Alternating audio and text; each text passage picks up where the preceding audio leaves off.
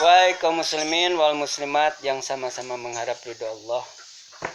Alhamdulillah kita di bulan Ramadan ini yang dalam situasi wabah COVID-19, virus corona, kita masih diberi kesehatan, kekuatan oleh Allah Subhanahu wa taala.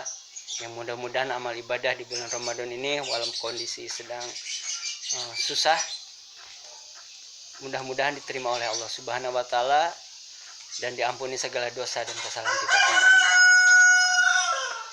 Kaum muslimin wal muslimat, dalam menghadapi kehidupan yang begitu rawan sekarang ini, banyak orang yang meninggal karena kelaparan, karena adanya PSBB atau lockdown juga. Ekonomi semakin menipis, merosot, bukan hanya di negeri kita tapi hampir seluruh negara.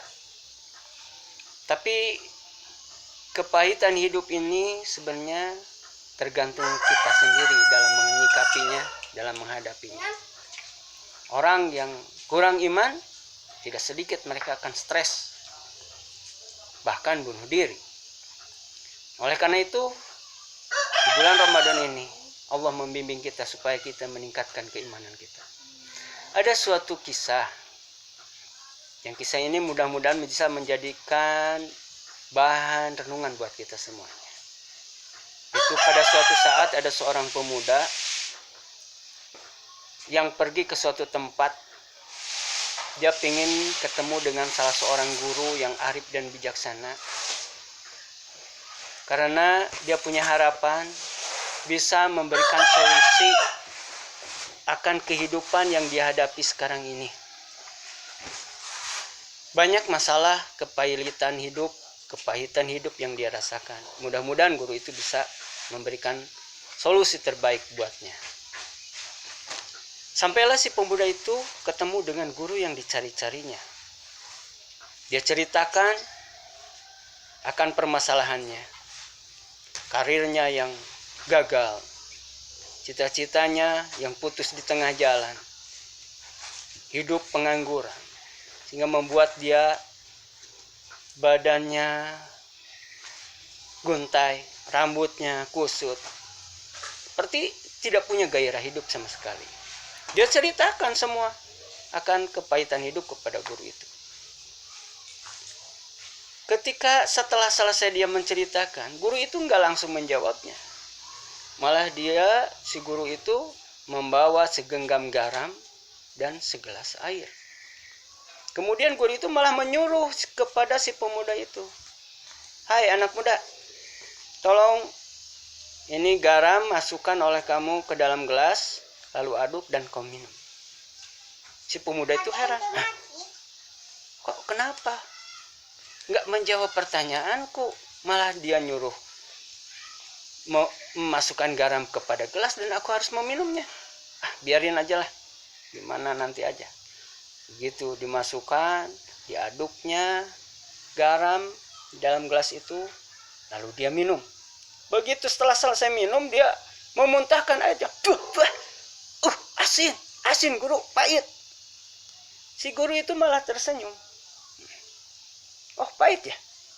Baik, kalau begitu ikut aku yuk." Si pemuda itu diajaknya oleh guru itu ke suatu tempat. Itu sebuah hutan yang tidak jauh dari rumahnya, dan gak jauh dari hutan itu ada sebuah danau yang sangat luas. Kemudian si guru itu menyuruhnya duduk. "Wahai anak muda, ini aku bawa segenggam garam, sok duduk.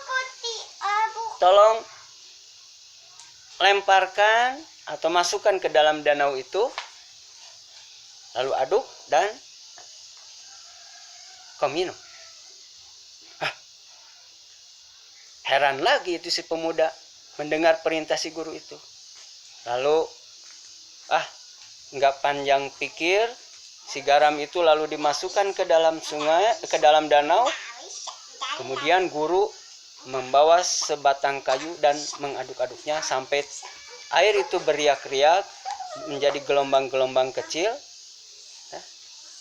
Kemudian si guru itu memintanya untuk meminum. Si pemuda itu disuruhnya pemuda itu untuk meminumnya. Lalu diminumlah air yang ada di danau ini. Si guru bertanya, "Wahai anak muda, gimana rasanya?" "Subhanallah guru, air ini terasa segar, enak. Apakah sama dengan air yang tadi kau minum di dalam gelas?" "Oh tidak, kalau tadi mau pahit, ini mah nggak terasa pahit, nggak terasa asin, segar guru."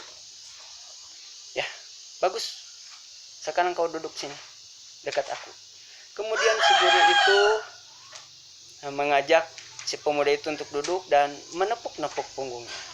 "Anak muda, kepahitan hidup, permasalahan kehidupan yang terasa pahit dan berat kita rasakan, itu tergantung tempat di mana kita menempatkan. Kalau tempatnya sempit, maka kepahitan itu akan terasa, benar-benar terasa. Tidak kurang dan tidak lebih, seperti segenggam garam yang tadi saya pegang.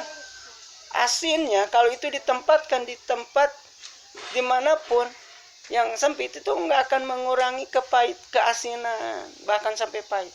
Seperti itu. Jadi tergantung di mana kita menempatkannya.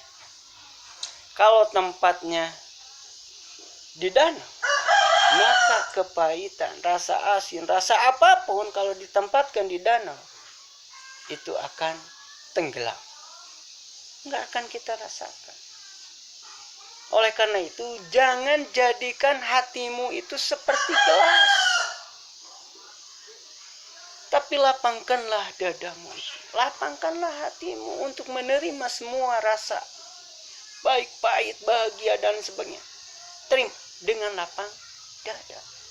Maka kepahitan hidup itu tidak akan terasa. Luaskanlah seperti danau.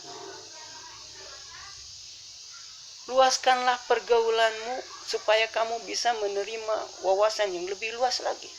Supaya dapat ilmu lagi, pencerahan lagi. Oleh karena itu, hatimu harus seperti samudra di lautan. Bisa menenggelamkan berbagai macam rasa kepahitan. Dengan cara apa?